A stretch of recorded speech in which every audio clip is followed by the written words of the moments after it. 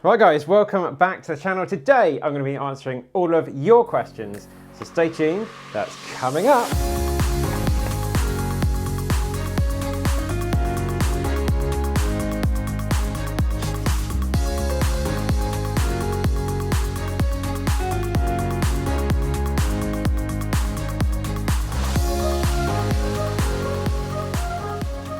Hello everybody and welcome back to the channel. My name is Ben Parks, 225 marathoner, ultra runner and coach, and yeah, today I'm going to be answering some of your questions. Yeah, because a few weeks ago I put this open to our Patreon community up on patreon.com, people that help support the channel financially. So yeah, a really big thumbs up to you guys. Thank you so much for making this possible. And yeah, just simply put an open Q&A, say what do you guys want to know. So yeah, they've delivered. We've got some really top questions coming up today.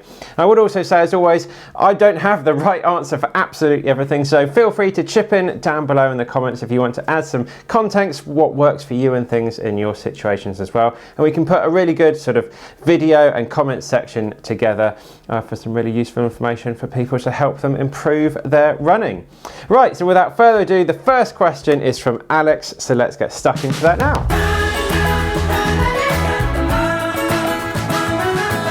So the first question comes in from Alex Stevens, and he simply asked, what do I do differently, or what can you do differently when you're running in the rain and sort of wet, wintry conditions? Really good question coming into the winter now. So yeah, if you're out running on sort of trails and that sort of thing first, this is my kind of usual shoe for trails, the Nike Pegasus Trail. There's just not enough grip on those sort of things. So I get out some Hoka Speed Goats, some really sort of deep lugs in those, and then yeah, that's going to give me far more grip on the trails. So yeah, just look at your footwear before you head out. Make sure you've got something with some really good support. If you're running on the roads, my usual shoe is like these Nike Pegasus Turbo 2s. Yeah, really great shoe, but pretty useless in the wet, not much grip on those. So then yeah, I might take out a really sort of light trail shoe if the weather's really not so good and it might be a little bit slippy. Also, yeah, kind of sounds a bit silly, but if I am running and it's a bit sort of wet and stuff, then I'll just take out an older pair of shoes, because I'm not really going to be running fast. I'm not going to be doing much speed work and this sort of thing. So just an old tatty pair of shoes. Yeah, so your new ones last a bit longer. And when you get back, you can just stuff some newspaper inside them, put them in the airing cupboard, put them on the windowsill and get them dried out so they don't get too smelly. Also, things like waterproofs. Well, no waterproof jacket is ever going to be completely waterproof. You can't have water not going one way and getting out the other with steam and things, but a lot of really decent waterproof jackets have got sort of breathable sort of holes in the side under the armpits and things, and to let moisture escape that way. So my jacket is just from Salomon, really good waterproof jacket with a hood. Yes, it's quite expensive. You kind of have to spend a bit of money in this sort of department, but yeah, head down to somewhere like Decathlon and things. They've got some good mid-range jackets, and Salomon do as well, around about that £100. I'll put some examples up on the screen now. And then in terms of like looking after your head and things, of course a hat is really good, pretty useless backwards, but putting it forwards, really going to keep the rain out your face as well, and that can be just make life a lot more pleasant and things. Yeah, nice sort of dry face. So yeah, hat facing forwards. And yeah, waterproof trousers. If it's really cold and stuff, then they can be good as well, but your legs, yeah, it doesn't really matter too much. And also finally, if it is quite warm outside, if it's in the summer or something like that, it doesn't really matter. If you get wet, we're all waterproof, it doesn't really matter, you just carry on with your run. I'll just put the jackets on if I'm likely to get really cold, basically. So yeah, hope there's some tips there for running in the rain.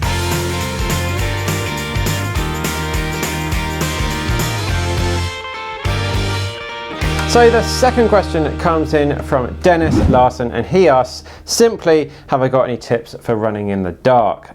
Because yeah, again, we're coming into winter. So the best thing you can really do is to get yourself a decent head torch. Yeah, one that you can wear and illuminate the road in front of you, and also it's really good to get one that will illuminate the back of your head as well for potentially being spotted by cars and things. So yeah, my sort of very basic head torch, which I kind of use if I'm not running near the roads and things in London, is this one here, just called a Petzl Bindi, around about £30–40 depending on where you get it from. I'll put links to all of this sort of stuff down below, but yeah, I just use this when I'm running kind of on the canals and things in London, just yeah, away from traffic and things. Now if I'm running going to be running on roads and things, then I use my main head torch, which I haven't actually got here because I've lent it to a friend of mine because she's been doing some trail racing. Yeah, but it's got a big red light on the back of it as well, and it just keeps me nice and safe, and it can be seen from really sort of far behind, and it's about 700 lumens out the front. Yeah, it's a very expensive head torch, and it's very good up in the mountains. It's got changeable batteries and things. If you've got the kind of budget, then it really, really is very, very good. Again, Pets will make that. Or what I'd recommend really for a lot of people, a nice mid-range Petzl head torch. This is called the Petzl Tika. This is just a reactive version. Yeah, rechargeable. And yeah, the amount of light that this puts out changes with the ambient light that's around. So if it's really sort of bright, you're running around lots of street lamps, this sort of decreases the amount of light it puts out to save the battery. But yeah, that will last for, I'm not really sure actually, I'll put it up on the screen, but around about sort of 10 or so hours out of that. Or you can run through the night in an Ultra with that, no problem at all. So yeah, really that is the biggest secret to it, getting yourself a really decent head torch. Of course, you can get some reflective snap sticks to put around you. Some, make sure some of your clothes has got some nice reflective high fluorescent bits on it as well. And you just want to think, am I going to be seen out there by other cyclists and cars and all of that sort of thing as well, and stay safe is the most important thing. Let's go! So question number 3 comes in from Greg, and he is struggling a little bit on some of his longer runs, up to about 18 to 20 miles, just getting a little bit of fatigue in his legs. So just wants some advice on improving that fatigue on his longer runs. So yeah, I've got 3 tips for you, Greg. First thing is get some hill repeats into your routine. Now that can be hill repeats going up hard and walking back down, or you can even do hill descents as well, so hard down and then sort of walk back up the hill as well. But yeah, getting that's really going to help improve not only your form and everything as well, but really sort of build that leg strength. The second sort of thing is just simply getting down to the gym and doing some leg strengthening exercises there. Get on things like the stepper is a really good one, and yeah, just building up your calf strength and strengthening your quads and your hamstrings as well. I can't really go into all those details now in this sort of video, but yeah, we've got more strength videos coming up. And probably the best one that you can be putting into your run is try and just sort of split your longer runs into some chunks, basically. So the easiest thing you can do is, say you're doing about 75% of your long run at a nice easy pace, and then the last 25% of it, pick up that pace, get the legs working a little bit harder. So if you're going out for say a 20-mile long run, do 15 miles of that nice, easy, relaxed, conversational pace, and then pick it up to maybe sort of marathon or even half marathon pace for the last 5 miles of your run. That's really going to get your legs used to, sort of dealing with that and building that strength later into the run. So yeah, I hope that helps. So question number 4 comes in from Martin McCune, and he has simply asked, he's a 3:03 marathoner, so it's still a great time, Martin, but he wants to know how he's going to get under 3 and what are the things I did to go under 3 and then right down to 2:25. So yeah, essentially, Martin, when I broke 3, I was running around about 75 kilometers a week. I'll put miles and things up on the screen here as well. And yeah, when I went down to that sort of 2:25 mark, I was running pretty much 160 k's every week for that whole training block. So it's essentially working out how in your life you can run more, essentially. So much of running is just on the amount you can run. Of course, there's always some weird and freaky people out there that can run these amazing times on very little training, but for the vast majority of us, it simply is the amount of volume of training we can put in. And then once you've built up that aerobic base, lots of nice easy miles in there, and then sprinkling in a couple of workouts a week. So I structured all of my training pretty much on easy running and then workouts as well. And there wasn't really that much in between. So it's a lot of easy miles and then some good workouts. And yeah, my weekend long run having blocks at marathon pace as well. So 5k easy, 5k marathon pace, 5k easy, 5k marathon pace for an example there. So yeah,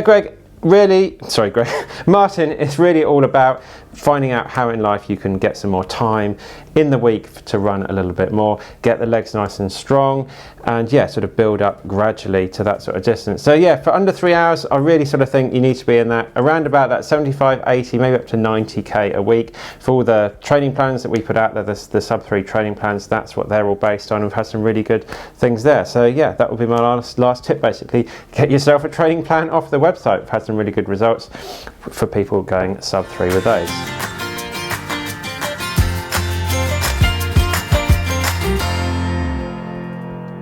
So question number 5 comes in from Lester Milner, and he has simply asked, what do I think of math training, which is simply stands for Maffetone training, type of training developed by, I think it's called Phil Maffetone.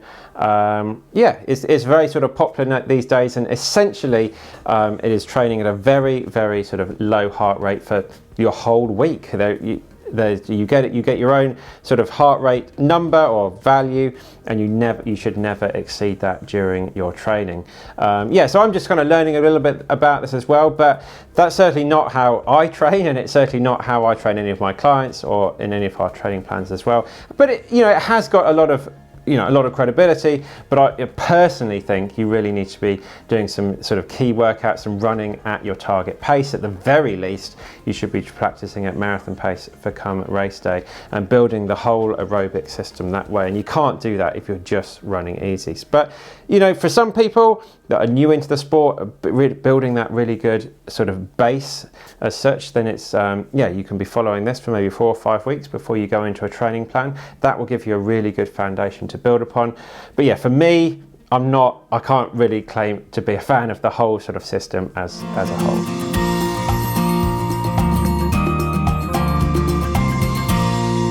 So number 6 comes in from Oliver Carlson, and he is simply wondering how to work out his marathon potential, his potential marathon pace for his upcoming race. So what I do, and I think is the best thing, is to look at the Jack Daniels VDOT tables. You can put in there some recent race performances, and it's going to calculate what it thinks your potential marathon pace is going to be for your goal race.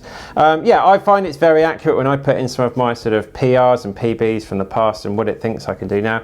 It's really quite good, and nothing here is going to be perfect. A lot of us have got our Garmin's on the wrist, and they like to predict some very odd race potential times there, so I personally ignore that. But for Jack Daniels VDOT tables, I'll link down below to where you can go and type those in and see what it says for you. It's always good fun to see what it's going to predict and see what your sort of potential is. And then when you're sort of targeting, say, a sub 3 hour marathon, you can put that in and see where your half marathon is. So it's usually around about that 122, 123. Once you got to that level and a half, then a sub 3 is possible. You can play around with different things and try and improve your times. One little caveat to that, of course, a half marathon time to predict your marathon time is going to be a lot more accurate than, say, a 5k time to predict your marathon time. So try and put in a half marathon time if at all possible and see what it says.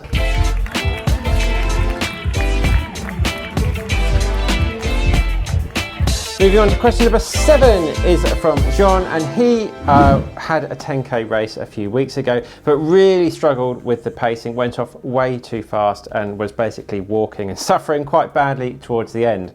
So he's just asking for some guidance on how to pace yourself for a 10k race and how to know what your potential is. Very similar to Oliver's question just before. So I'd say to get out and put your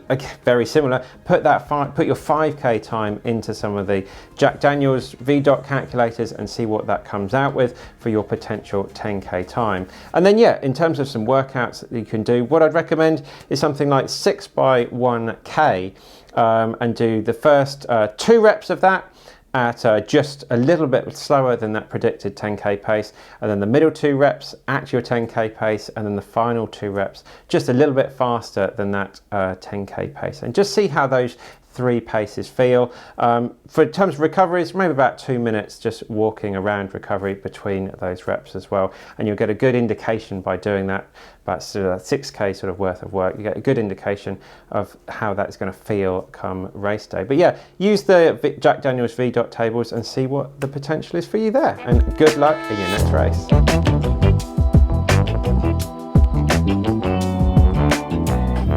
So question number 8 comes in from Jack Herring, and he is asking how to pace himself on hillier courses, basically.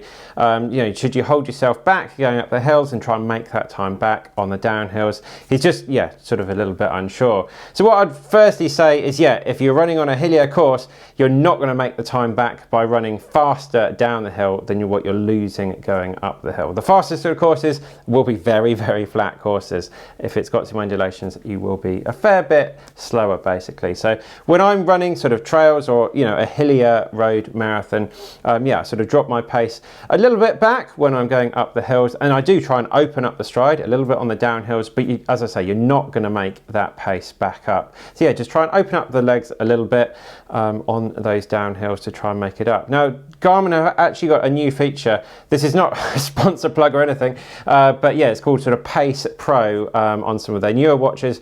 And yeah, I don't think you have to actually have a compatible watch to be able to see what a Pace Pro strategy is for your sort of goal race or whatever it is. You can go onto the website, look at your race, and it will predict sort of a perfect pacing strategy for going up and down those hills. And then if you have got a compatible watch, it will guide you through the whole run basically. So yeah, it's on some of the newer models. So this is the Garmin 245, which I'm going to be giving away in an upcoming video. So subscribe to be in a chance of winning this actual watch.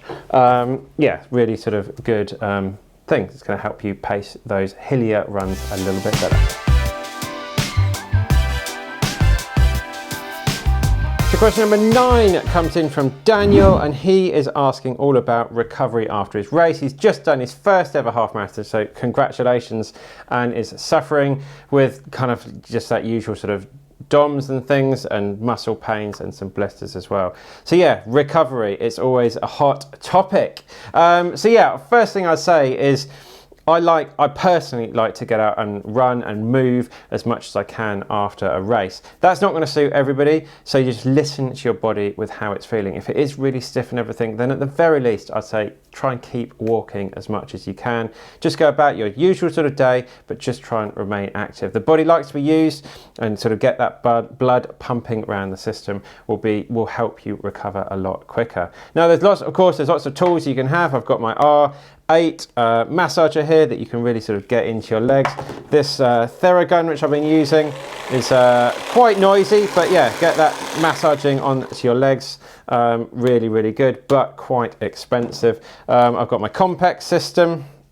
You put these electric sort of pads onto your legs, and then it's like a TENS machine basically, sort of massages your legs for you. Really, really good. If you are going to go out running, I'd really recommend making sure you put your heart rate monitors on, and make sure you're sticking at that sort of nice recovery pace. For a lot of people, around about 140 beats a minute, and don't go over that, but make sure you've got a heart rate monitor on, and yeah, sort of monitor that.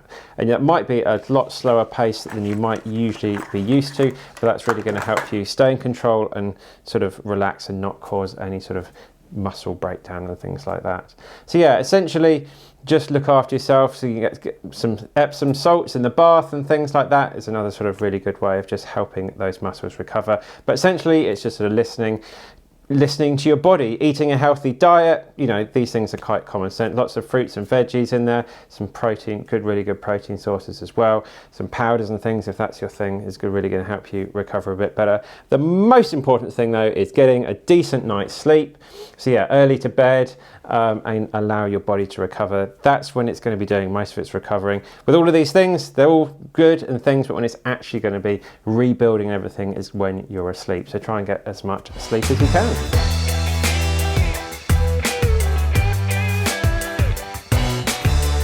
Number 10 comes in from Alan. Now, Alan is suffering from the post-race blues. He's got sort of all built up for the marathon, and then after the marathon just loses all motivation. Now this is really, really common if you've been focusing everything on one sort of key goal race. It just takes up all of your brain space, and then when that's been and gone, you've then completely empty. So yeah, it's a very common thing. Now what I would personally say is just allow yourself a couple of weeks off after your race. Just run when you want to run, and do some other things, catch up with some friends, and just don't have running as that whole sort of center of your life just for that, you know, 1 or 2 weeks after your race. If you just keep jogging every now and then, you're not going to lose any fitness by doing that. So it's a really good idea just to keep out and keep moving, and just do some other things in life.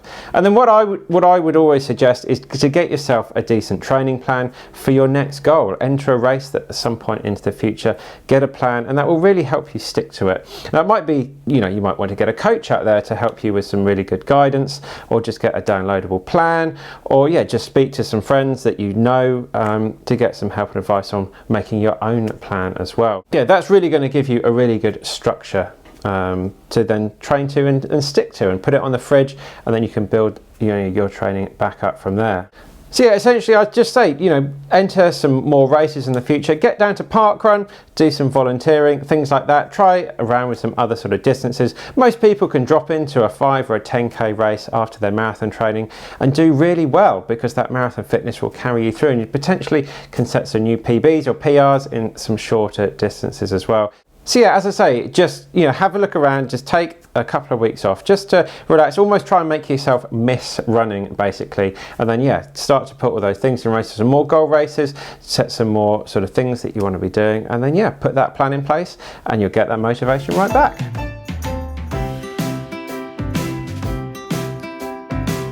So there we have it, guys. I hope you enjoyed the video. I really enjoyed putting that together for you and answering all of your questions. I hope you found it helpful. As I said at the start of the video, down in the comments, anything you want to add in there that you think is going to help other people out there, then let me know. Put it down in there and we'll all have a chat down there below. As I did mention in one of the videos, we've got some good giveaways coming up with some new Garmin watches here, and we're going to put a really big package together for an upcoming video. So yeah, subscribe to be within a chance of winning. And of course, as I said, this whole video is due to the Patreon community, so thank you so much to all the patrons that they're making this possible. Just a couple of dollars a month really helps to support the channel. So thank you very much, guys, and thank you for all of your questions.